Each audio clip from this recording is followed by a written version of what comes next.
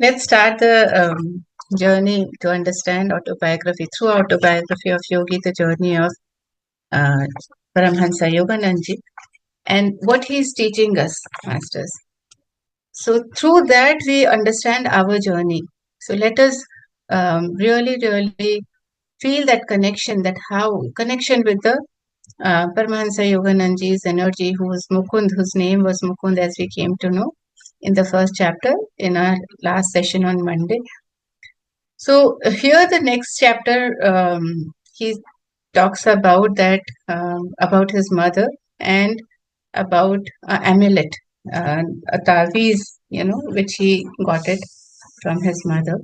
So we understood in the first chapter the two major things that there is a words are energy, and every word is energy, and also our thought, our prayers are also power. They are powerhouses. How with great willpower, how we can make things happen in our life. Everything is possible.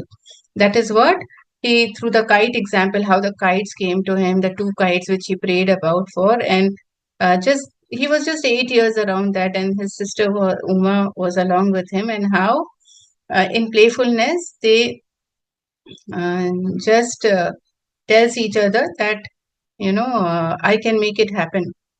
So that was the vow that he made, and it happened through his prayers that the kites came suddenly. The wind blew towards its side, and how the kites came to their balcony, and he was able to get. And Uma was so surprised, making it impossible possible, that one by one, two kites came to the balcony, and cacti became one of the medium to for him to take those kites.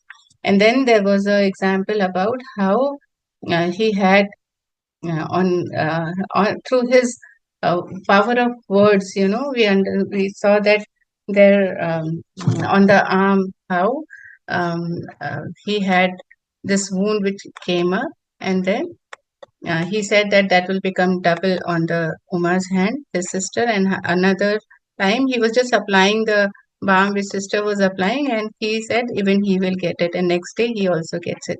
So then next, now we move on to the next one, where he is telling that his mother was very busy. So mother is in Calcutta, and they are her father and Mukund, the child, the child Yogananji, in the whose name was Mukund. So he, along with his father, they were in Bareilly, a place in North India.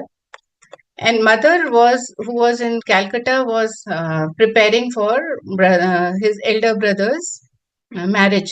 So elder brother's name is Ananta, and she is very happy, joyfully doing all the preparations, inviting many people.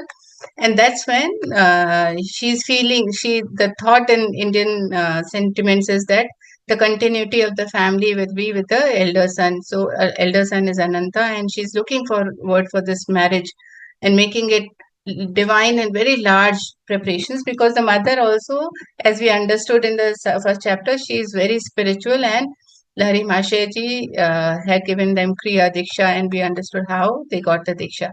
So this was happening, and all these preparation are going on in Calcutta. Father and Mukund, the young 8 year, that time when Ananta, his brother, was getting married, it is said that he was around 11 years old. So that time they were in Bareilly, and one night, what happens is, all of a sudden, one night, a mosquito comes and starts singing in his eyes, Mukund's ears, and he sees that, um, a vision comes to him while he was lying down, and he says that this ceremony they were planning to go, that they were having, also father and Mukund were very in high spirits, that okay, they will also join the family.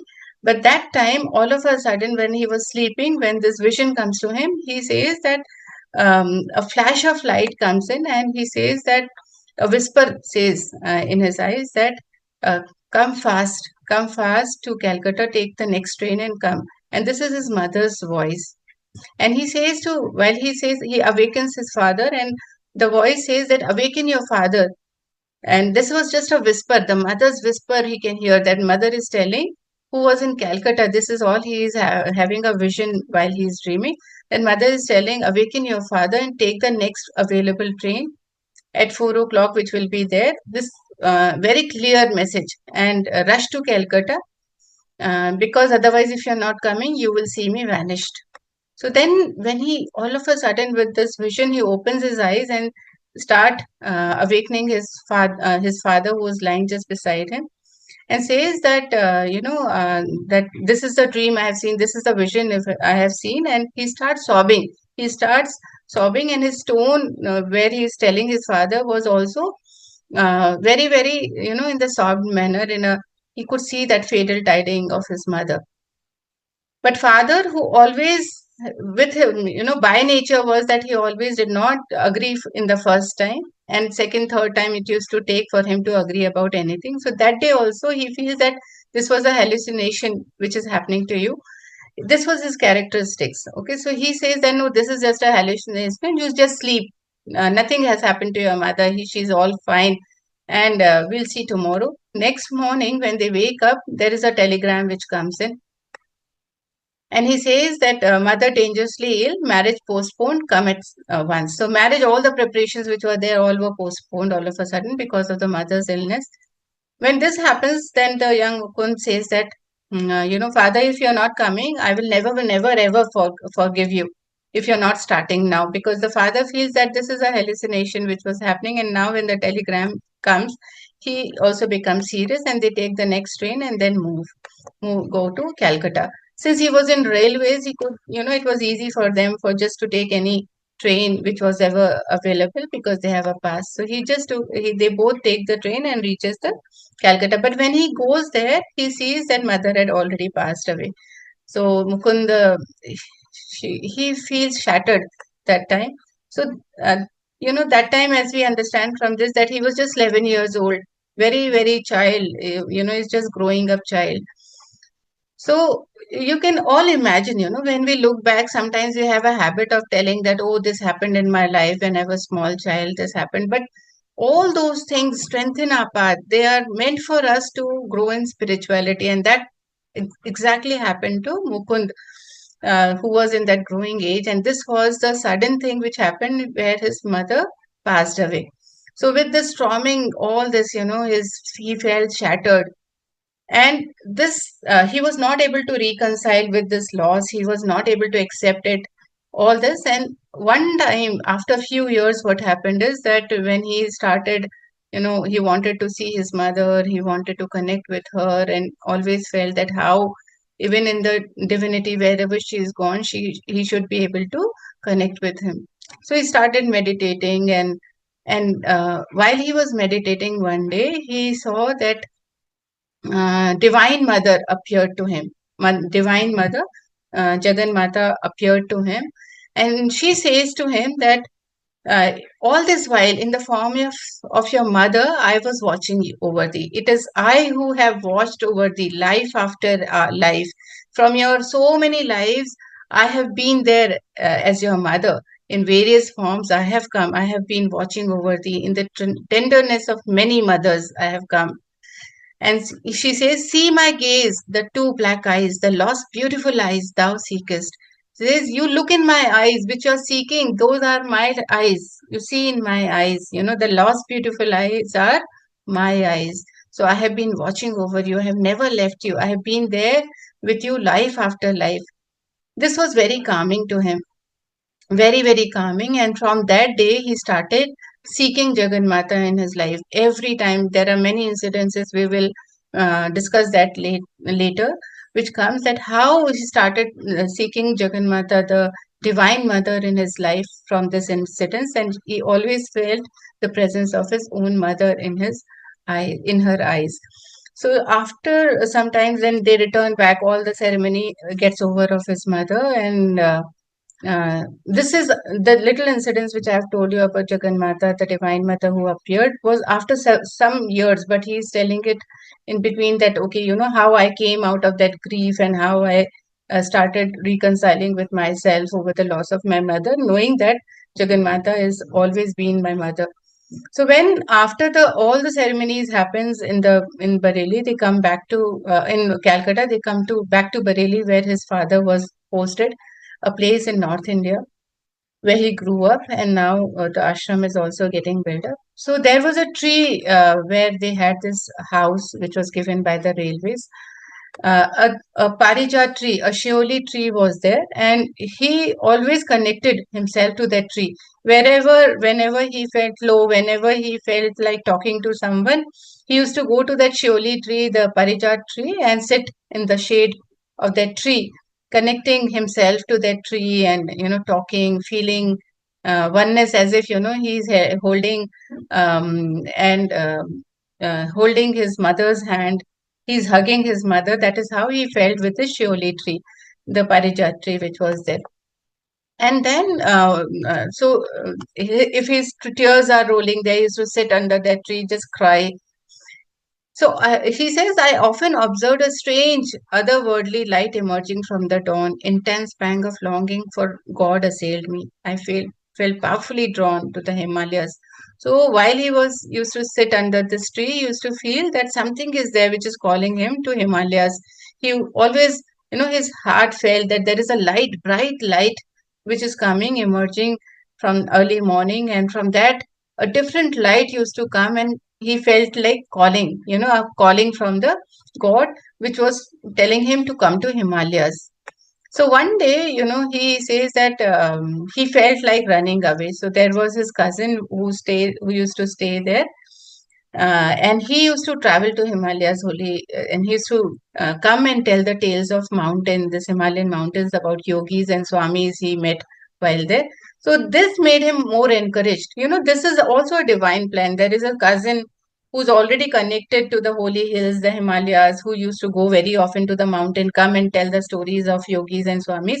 And as a small boy who's growing up, just maybe, in his teens now, early teens, 13, 14 years he would have been. And there he's listening to all these stories and getting more encouraged. So he felt like running away one day. So there was a landlord whose house they were staying, so the landlord's son was Dwarika Prasad. So he talks to Dwarika Prasad, and he says that he reveals his plans to him and says that uh, let us run away to Himalayas. And very impractical, because they're very small boys. Now, the very impractical scheme those two boys makes. And Anantha, who's the elder brother, is always watching him, always watching him, that as a very, fatherly figure in his life, because always, if you know the Indian families, the elder brother is like a father figure. So Anantha also always was a father figure, like in his life. So he says, whenever I want to run away, Anantha, my brother, would not like me to run. And when he heard these plans, both the boys talking to each other, he started making fun and said, where is your orange robe? Where is your, saffron color robe? And you can't be Swami without that. He started telling. And this gave an, idea to Yogananji, saying that, yes, he started feeling from his past life, all the memories, that, yes, that is exactly what I want. I want to wear that saffron robe and become a Swami, which was not a thought before. But indirectly, Ananta, while talking, this thought emerged to him. So one day, what happens is these boys run away to Nainital, which is another foothill in near the Himalayas and very near to Bareilly town. Like 4 hours journey, you can reach there to the foothill of Himalayas. This town is in Nainital. So they went and they ran away, but they were forced to come back to Bareilly by Ananta, and he started weeping. He starts sitting under that shioli tree and weeps that he was not able to stay there. He had to come back immediately. But every time this all was happening, his urge to go to Himalayas and to learn about spirituality grew more and more in his heart every time he was looking for. So after what happens is, there was, after some incidents of this, 14 months later, after the mother's passing, he says that I learned that she had left for me a momentous message. So he came to know from someone in the family only, maybe his father or someone, that And there is a message which his mother has left for him, because he didn't see his mother. The mother had already passed by the time they reached Calcutta. So when they reached there, so mother would have written a message for him, and he said that there is something that I wanted to do. So he gave that, she had given that message to Ananta, because he was present that time near the deathbed of his mother, and he recorded all the words whatever mother had said. So he was the only one who knew what mother exactly wanted and what she had for Mukunda in her heart. So one day what happens is that now Mukund is married, and he goes. Earlier they were all staying in Bareilly together, but once he got married after mother had passed, so he goes and marry the girl and start living in Calcutta. So Mukund, he's one day his inner, maybe the mother would, that urge started coming to Ananta, that I have not told Mukund till now. 14 months have passed. I have not told what mother has told me to tell Mukund. So he says, he tells Mukund that I have been, he comes to Bareilly and he start talking about it. He says, Mukund, I have been reluctant to give you strange tidings about what mother wanted to tell you. And his no was like, he doesn't want to tell, but he had to tell. It was like that, because he had feared that his brother will again go leave the home and go to Himalayas. So because of that, he was not telling. Out of the love and compassion towards the younger brother, Ananta did not want to tell. But he says that, um, since the time you have been going to Himalayas, the first time when he went to Nainital, he says that since then I had taken the resolve that I do not want to tell you, but now I have taken a resolve that I must not further postpone this message and tell you. He says, my brother, he handed a small box to him, and he says that the mother had delivered a message, a letter was there in that box. So he gives that, and Anantha reads that. Mukund, the young Mukund, the young Yogananji, he reads that letter which mother had given, and the letter is so profound. That was the first thing which made him towards the spiritual journey, just a fire bringing to his mind. Say, the letter said that, let these words be my final blessings. So mother is telling in the letter that, let these words be my final blessings, my beloved son Mukunda. And the R is here when I must relate a number of phenomenal events following your birth. So mother was already spiritual, and what happened that before even Mukund was born, she had a prayer that this child which is going to come to me should be divine. She had that prayer in her heart. She says that there are a lot of events, phenomenal events, which happened following your birth, and I first knew your destined path when you were but a baby in my arms. She was just carrying him in her arms, and she came to know about the divine plan which divine had for this little Mukunda. Said, I carried you then to the home of a guru in Banaras. Banaras is again a place in India, in North India. I think most of you would be knowing. So almost, she says that almost hidden behind a throng of disciples, I could barely see Lahari Mashe. She had gone to Banaras to visit Lahari Mashe, her guru. We came to know, right, in the last session, that how Lahari Mashe initiated them to Kriya Yoga, both husband and wife. So she said, I went to Manaras to see my Guru Lahari Mashe, and while I patted you, Yogananda was on her lap, little Mukunda, and says, I was patting you on my lap, and she says, I have been, so when I was petting you on my lap, I was praying that the great Guru Lahari Mashe take a notice of you and bestow his blessings. In her heart, she felt that somehow Lahari Mashe should see my little son on my lap and give his blessings, bestow his blessings to him. So, as a silent devotional demand, Lahari Mashe observed that, and he could feel the mother's prayer, and she said that he was sitting quite far, but she bowed to his sacred feet, and then Lahari Mashe said that, my master seated you on his lap. He took Mukund, Lahari Mashe took Mukund from her lap to his lap and placed his hand on the forehead of Mukunda, little Mukunda, spiritually baptizing, as if, he is giving the Diksha to the little Mukunda that time. He laid his hand on his head as if, he is giving Diksha to the little Mukunda, and he says that little mother, Lahari Masha says to the mother of Mukunda, says that little mother, thy son will be Yogi. As a spiritual engine, he will carry many souls to God's kingdom. And he predicted that. And mother from that time knew that my son is going to be a yogi, but she never told anybody. Said that when mother says that when Lahari Masa said that to me, my heart leaped with joy. And she felt as if all her prayers have come true. All the prayers which she has been making before even Mukund came in her womb, she made those prayers. She said that I felt my prayers are granted by the omniscient Guru, Lahari Mahashaji. And she says, shortly before your birth, he told me that you would follow his path, Lahari Mahashaji's path, and become a sage. So later on, Mukund had a great vision of great light was known to me, to your sister Roma. Roma, another sister of Paramahansa Yogananji. So we came to know about about Roma. Roma was another sister. She says, as from the next room, she said, we observed you motionless on the bed. He was lying motionless. Little Mukunda was lying motionless, Yogananji.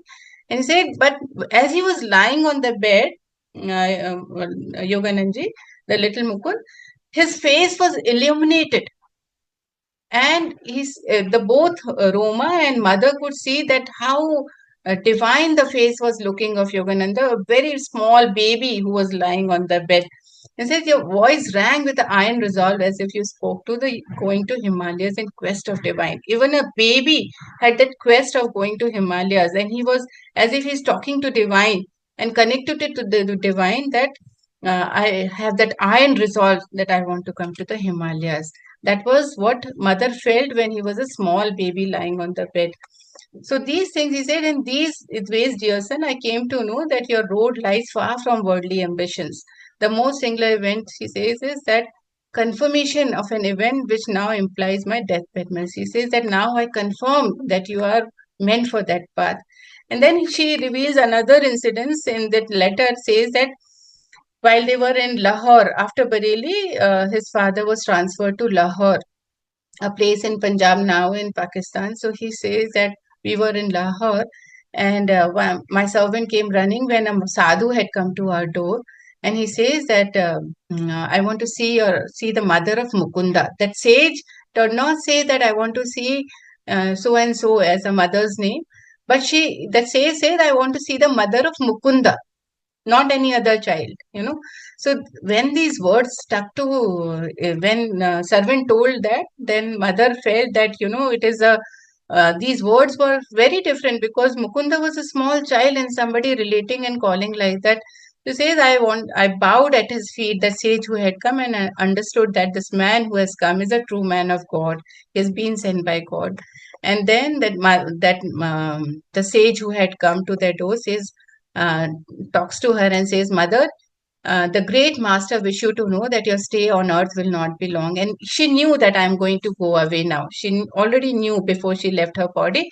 And she said, your illness will, your next illness, you will get ill, and your next illness shall prove you to be your last 2-3 days. There will be silence during which I felt no alarm, but only the vibration of the great peace. Finally, he addressed me again. She said that I did not feel, I did not had fear that I am going to go away. I have to vacate my body anymore.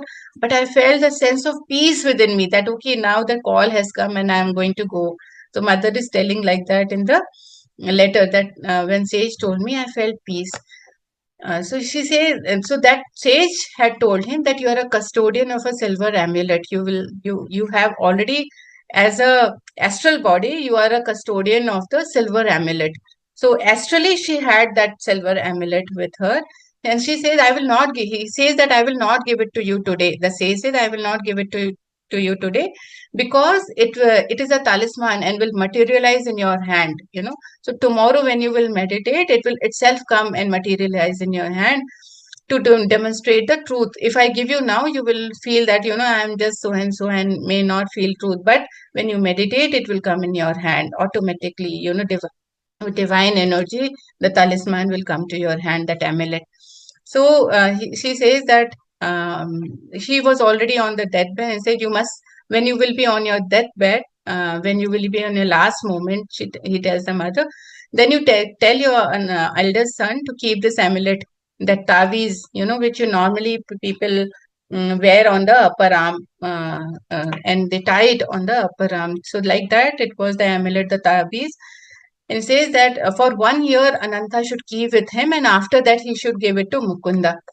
So that is how that happened, and Mukunda will understand the meaning. So when you will give it to Mukunda, when Ananda will give it to Mukunda, Mukunda will understand the meaning of talisman, and great divine masters will help him to know that, and he should receive it about the time he had already renounced his worldly. That time, by that time, he will be prepared that he has to renounce the world, and he has come for a divine act on this. He has taken this body, and he will understand all what is the purpose of this amulet, which is giving the tabis, which he will get. So then he retains that, and after that, now he says that even if Ananta, who is there, he says that that saint had given him. So with he hands over with all that to Mukunda, now telling all this, and he could read everything in the letter. So with a blaze of illumination, he says, came over me the possession of the amulet. All of a sudden, when Ananta gives his brother, younger brother Mukunda, that amulet, he says that I could feel the power of that in my hand. है ना? And many, many dormant memories which were there within me.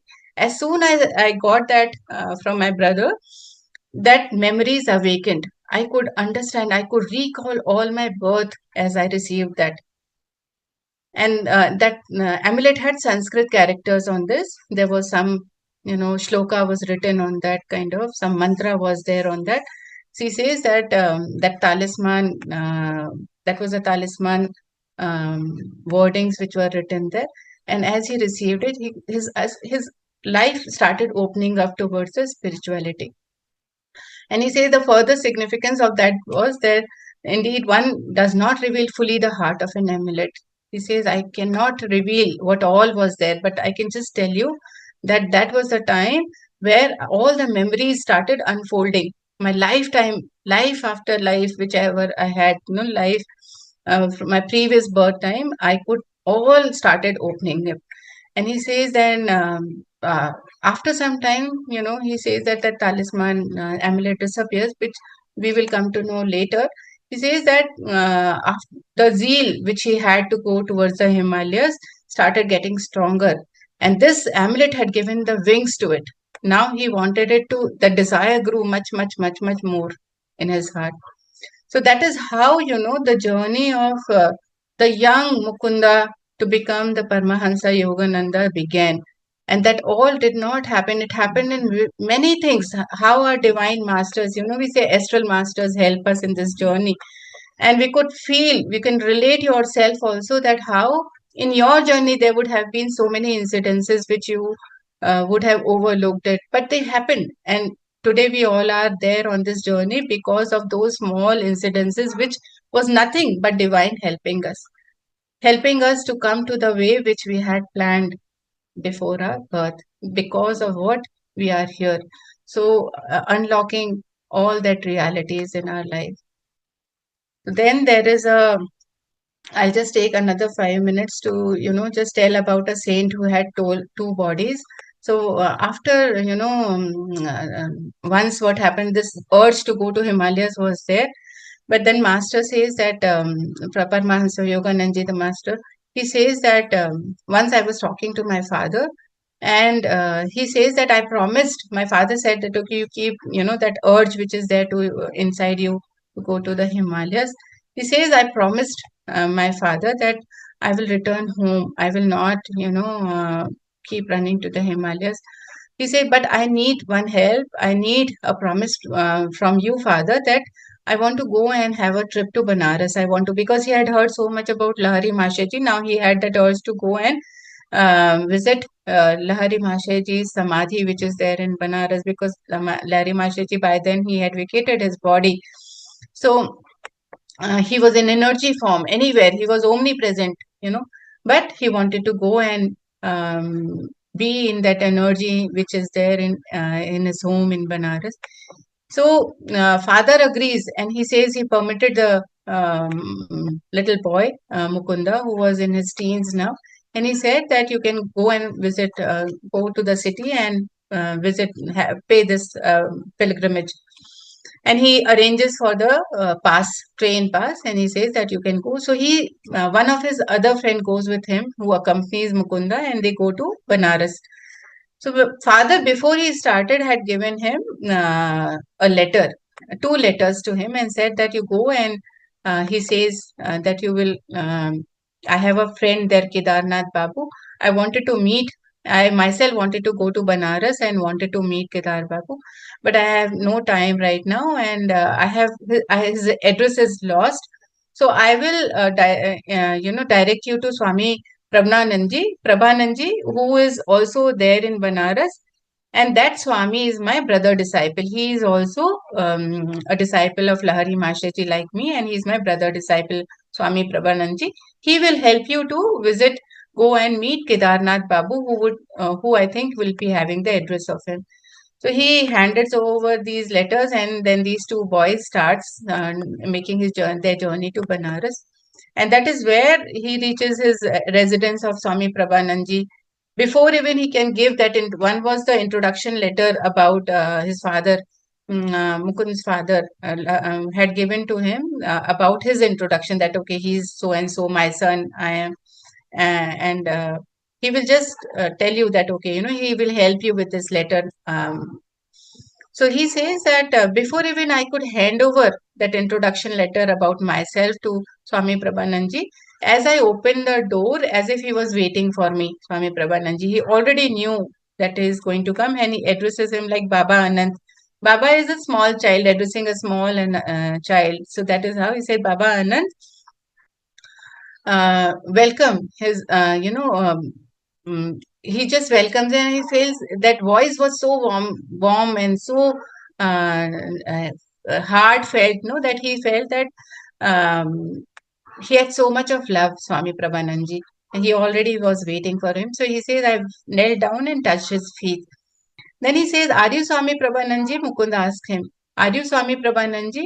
So he says, yes. And he says, are you Bhagavati's son? So before even giving the letter, already the Swami Prabhananji already knew about him, and he recognizes that he is Bhagavati's son, who is my, he is my brother disciple. So he says that, Mukund says, did not feel that there is any more need of giving that letter, handing over that letter about my introduction to him, because from his voice, it was like as if he knows everything. And he was very astonished, very, very astonished. So the journey which was happening is that slowly the petals were unfolding. He could understand that how spirituality works. His He was brought to the path of spirituality by my mother's letter, and with that talisman amulet which he got. And then he understand that okay, in spirituality this also happens, that the person who is like sage, like a Swami Prabhananji, he could already understand without even those time, no telephone, nothing was there, he already knew about him. So this was very superfluous to him. And then he says that the next letter which was there, he did not give that letter also, but he knew the purpose. Swami Prabhananji already knew the purpose why Mukund has come to me, and why his father has sent to him. He says that I will locate Kedarnath Babu to you. This is another astonishment to him, that oh, he knows the purpose also why I have come and met him. So he was very, very, the saint again surprised me by his clairvoyance. So he says that he was a uh, clairvoyance, and he started feeling that okay, this is also one of the things that in spirituality a person can reach to. So after some time, what happens is they are sitting, and he says that I found his remark very obscure when he said, Heavenly Father, for whom I have consciently finished my early duties in life, is the recommendation that you have come here. It is because once it's a recommendation of your father from whom I am working. See, so Prabhananji says, I'm receiving two pensions now. I'm not working anymore, but I'm receiving two pensions. And he says, one railway office is giving me, where I was working with your father in the railways, and because of your father, I'm getting one pension from the railways and one pension I'm getting from the divine. So one pension from the railways, he understood Mukund. Another from divine, he could not understand how in the divine is giving him the pension, and this was very new thing for him. So he says that while he says that I mean the pension of fathomless peace, a reward for many years of deep meditation. Because of the deep meditation, I have been doing it for years now. I am receiving the peace in the form of peace. A reward like a pension. I am receiving it. That is what he tells him, and he says that you will understand all the significance of the second pension later on. He tells Swami Prabhananji tells Mukund that later on you will understand all this. So then, while he was talking, all of a sudden he becomes quiet and he's sitting, very idle. Swami Prabhananji, he stopped talking. He was completely silent and sitting with a gaze look upwards. And he says that his wooden sandals were lying down under the platform seat where he was sitting, and Mukund saw those wooden sandals lying there. That is again a divine thing, that he was made to see that wooden sandals by the divine. Says that, little sir, don't get worried. The man you wish to see will be here with you in an hour. He opens his eyes after some time. Swami Prabhananji, who was completely idle for some time without talking, and he was in great silence. After some time, when he opens his mouth, he says that, don't worry, the man you want to see, Kedarnathji, he will be here in half an hour. So, as if, he had a question, Mukund, that, okay, now he's gone to silent and he has not even told me where Kedarnathji stays. Now, what to do, what to do? All of a sudden, he opens his mouth, Swami Prabhananji says that man you are seeking will be here in half an hour. Now, he could not. He says, this man can read my mind also. No, Mukund is feeling now this is another thing that he's reading my mind and he's reading it too quickly. So Swamiji aroused and he says, I think Kedarnath Babu is nearing the door. He could feel that Kedarnath Babu has come to his house and he is nearing the door. So when Mukund goes and he says that, I heard somebody coming up the stairs, and he was amazed. He was amazed to see that Kedarnath Babu has reached to his home where he was supposed to go and meet him. Kedarnath Babu has already come here. So so he says, how is it possible? Father's friend has been summoned to this place without help of a messenger. There's no way that he's got the message also. How Kedarnath Babu has come and nobody has given. I have not gone. This letter is with me. Father has given. How is it that this Kedarnath Babu has reached here? So Kedarnath Babu, he starts telling that I have come here because Swami Prabhananji came to call me, and I was near the river and he came there and he told me that what are you doing and can you come to my home? And he asked me how much time you will take. So I told half an hour. And then he said, okay, you come, you reach there. Meanwhile, I have some work, and he vanished. So when and that is how I have come here. So he says that Mukund is very surprised that this man was here only. Swamiji was just sitting in front of me. How did he go there to the river and how he called Kedarnath Babuji here? So he could not relate it, and he said that Bhagwati's son is waiting for you. That is what he told me, that you have been waiting here, and that is how I have come here. So after some time, he said, I could not resonate, but he said that exactly this is the wooden slippers he was wearing. He also sees that, and he says, Kedarnath Babu says that this is the slippers he was wearing when he came to the river, and he came to call me. So Mukund says, I have been seeing the slippers, it's lying here, and he is also here. Afterwards, he comes to know that Swami Prabhanand has the ability, he has received the siddhi through his meditation, that he can have two bodies. He can materialize two bodies at one time, and one he was here alone, and one he went to all Kedarnath Babu wearing the sandals. So this is how, and he said that he was clad only in this linen cloth which is wearing now. And later, Swami, later this, he comes to know more about Prabhananji, that Swami Prabhananji, that how his siddhis are much more than even he had thought about. Then he says that I did not feel like making him my guru, Swami Prabhananji, though he was so spiritual and so many powers I could see. But there was something that was calling me, that there is my guru already decided. So each one of us guru are already decided. We feel attracted to many others, that we feel awestruck that okay, they have powers, but we are destined to go and meet our guru. Same way he says that my divine search was through a particular group called Swami Shri Yukteswarji, and therefore I did not felt to make Prabhananji my teacher. I glanced at him doubtfully, and then wondering if if it were he or the counterpart before me. He was wondering that okay, he is the one or he is another body which is materialized. Is this the true body or it is the another materialized body? So this is how he says Lahari Masha, and this Swami Prabhananji, who was able to read his mind, he says that Lahari Masha was a great yogi. He starts telling, because Prabhananji could see that Mukund was already, he's a divine who has come, who has taken, he's a ascended master who has come to do a particular task on this earth. So Swami Prabhananji also could see that. So he started encouraging him more about telling him about Lahari Mashaji and how Lahari Mashaji is a great guru, and he says that how priceless the guru's help is. So he was trying to channelize him that you should also have a guru. So he started telling about Lahari Mashaji, and he encourages that you should have guru in your life. Which is very, very important. And he says that how Lahari Masha has changed his life, how Lahari Masha has extended his help in a Binay Jaisa, and you may grow and now go and meditate. And he said that I have interceded for you with Brahma. I have already interceded. I've spoken to Brahma, interceded to Brahma, and Lahari Masha is also going to help you to meet your Guru. So this is how that urge to find his Guru came in the heart of young Mukunda, young Paramahansa Yogananji. And after some time, he says that some months later, I returned to Lahari Mashaji and tried to thank him for his bestowal, for that infinite gift.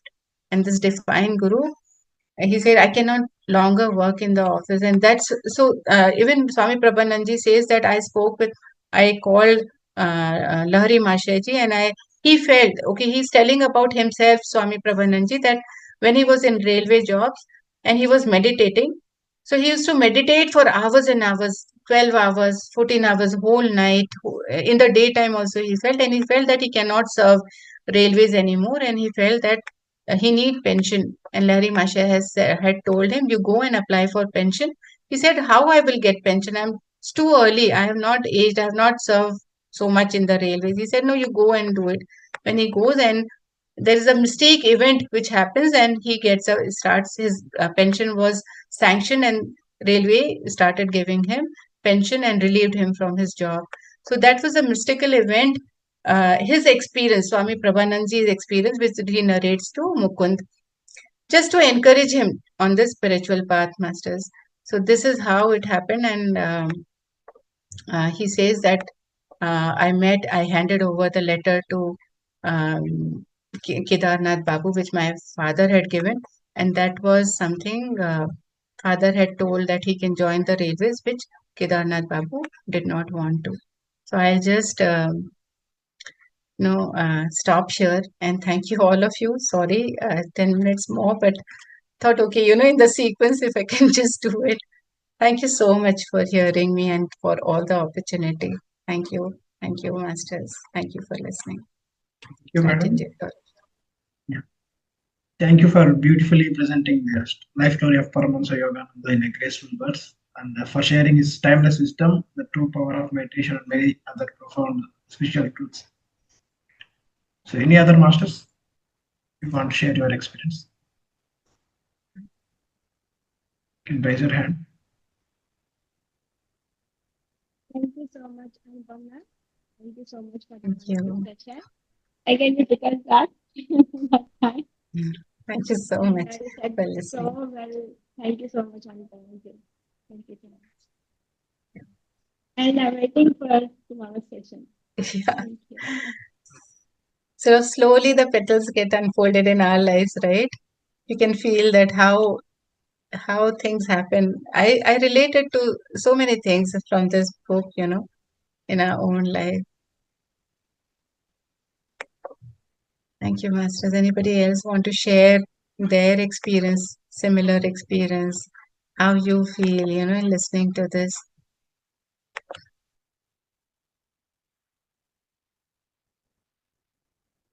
Thank you, Shada ma'am. Thank you, Deepti ma'am.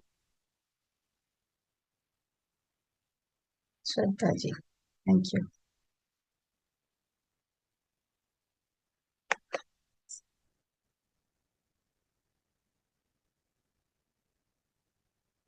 Okay.